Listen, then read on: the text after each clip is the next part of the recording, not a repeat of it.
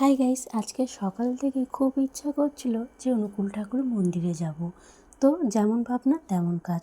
সঙ্গে সঙ্গে সকালবেলা দিদিভাইকে ফোন করে বললাম যে দিদি আজকে অনুকূল ঠাকুর মন্দিরে যাবে। দিদিভাই বললো হ্যাঁ ঠিক আছে যাবো।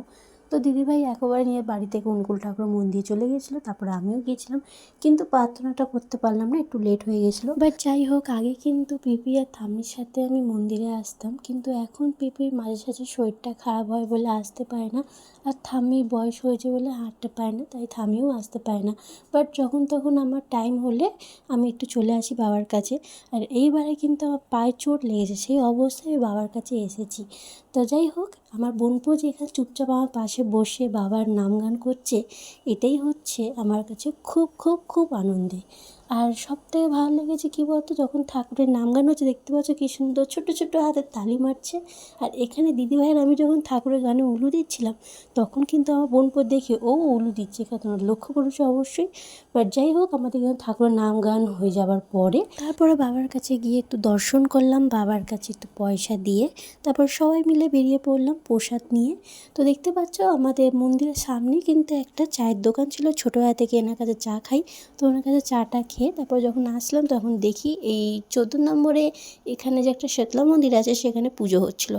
আমার বোনপোকে তোমরা দেখতে পেলে কি সুন্দরভাবে ও নমস্কার করছে। বাট যাই হোক, আমরা কিন্তু ওখান থেকে সন্ধ্যা আরতি দেখে তারপরে চলে গেছিলাম দিদিভাই ফোনে স্ক্রিন গার্ডটা চেঞ্জ করতে। তারপর স্ক্রিন গার্ডটা চেঞ্জ করে তারপর চলে গেছিলাম আমরা বরপার দোকানে। ওখান থেকে আমরা একটু বসেছিলাম, বরপা গেছে চা আনতে, দিদিভাই এখানে তোমাদেরকে হাই করে দেখতে পেলে। তো যাই হোক, তারপর চাটা খেয়ে তারপর আমরা বেরিয়ে পড়েছিলাম দিদিভাই শ্বশুরবাড়ি যাওয়ার জন্য। তারপরে এখানে দেখি মায়ের আরতি হচ্ছে, তাই জন্য মা একটুখানি আরতি দেখে তারপরে আমার বোনপো দেখো এখানে কতটা এনজয় করছে মায়ের আরতি দেখে। তো যাই হোক, এইসব দেখে কিন্তু খুবই ভালো লাগে। তারপর দিদি শ্বশুরবাড়ি চলে এলাম। আরে জানিস, আমি না তোর বাড়িতে আসি তো কিছুজন আমাকে বলেছে, আচ্ছা তুমি কি বেশিরভাগ সময় তোমার দিদির বাড়িতে থাকো, মানে দিদি আর জায়গার মধ্যে কাবাবে হাড্ডি হচ্ছ, সেটা কি সত্যি?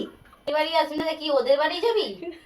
না না, আমি তো সেটাই বুঝতে পারছি না। দিদির বাড়ি আসতে লোকের সমস্যাটা হচ্ছে কেন? কি জানি কিসের সমস্যা হচ্ছে। আমাকে আমি আসতে চাইছিলাম না, যদি তুই না যাস এই গাছে তোকে মাথা ঠুকিয়ে দেবো। আমাকে নিয়ে এসেছে। তোমরা কি কার বাড়ি যাবে? ওদের বাড়ি যাবো আমি। ওরা কেউ যেতে পারে না, এই জন্য দেখে হিংসে হচ্ছে। হ্যাঁ, এটাও হতে পারে, কি জানি। তো যারা যারা এই কোশ্চেনটা করেছিলে তারা অবশ্যই হয়তো অ্যান্সারটা পেয়ে গেছো। তো গাইস, আমাদের খাওয়া দাওয়া হয়ে গেছিলো, খাওয়া দাওয়া করে একটু বসেছিলাম। বাট যাই হোক, চলো আজকের মতন টাটা, বাই বাই।